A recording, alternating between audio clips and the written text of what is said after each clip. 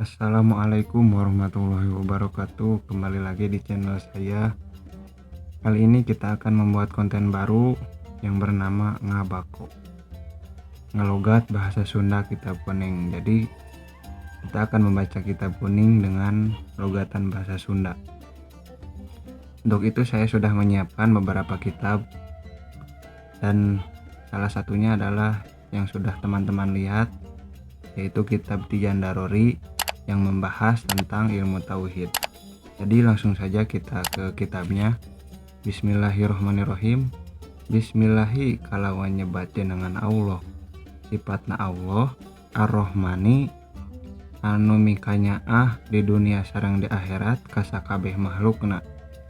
Sifatna Allah Ar-Rahimi anu mika asih di akhirat tungkul ka sawareh makhlukna.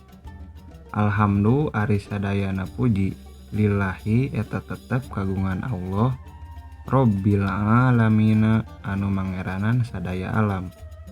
Wassalatu sareng ari rahmat, wassalamu sareng kasalamatan ala Rasulillahi sallallahu alaihi wasallam, eta mugi disanggakeun ka Rasulullah sallallahu alaihi wasallam.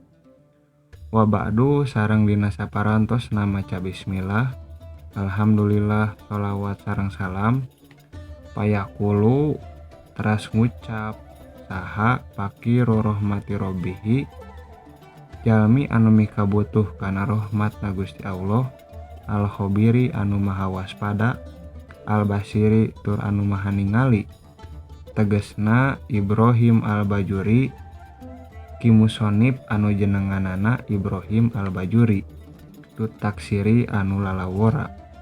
Tolaba parantos menta minni kakaula saha ba'dul ihwani sapalih narerencangan aslaha mugi ngariksa atanapi mugi nyalametkeun saha Allah Gusti Allah li kakaula musonib walahum sareng ka ba'dul ihwan alhala kana pirang-pirang tingkah wasana sareng pirang-pirang kalakuan. An aktuba kana yen nulis kaula musonib lahu pikeun ba'dul ihwan risalatan kana hiji risalah tastamilu anu ngawengku anu mencakup ieu risalah teh ala sifatil maula kana sifat-sifat kapangeranan anu wajib wa diduha sareng sifat-sifat lalawanana pikeun pangeran wama sareng perkara ya juju anu wenang pihak kihi ta'ala dina hakna Allah ta'ala wa alama sareng kana perkara atanapi sareng kana sifat-sifat yajibu anu wajib pihak ki rusuli dina hak-hakna para rasul wama sareng sifat yastahilu anu mustahil pihak kihim dina hak-hakna para rasul wama sareng sifat ya juju anu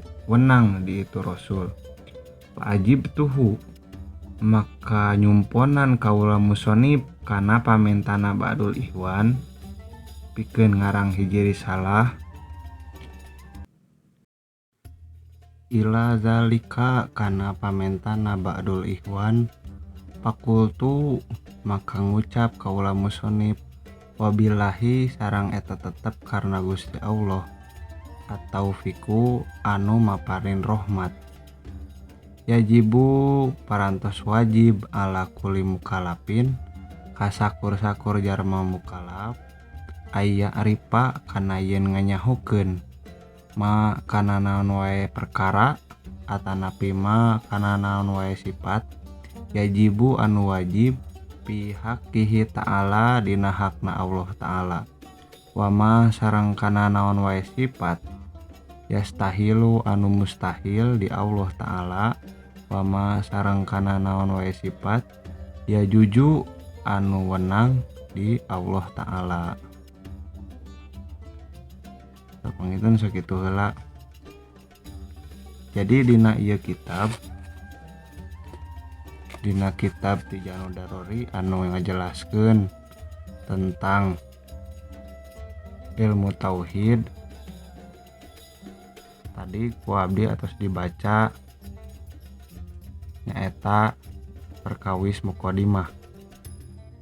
Ari kitab Tijanu Darori teh dikarang ku musonif anu jenenganana Syekh Ibrahim Al-Bajuri.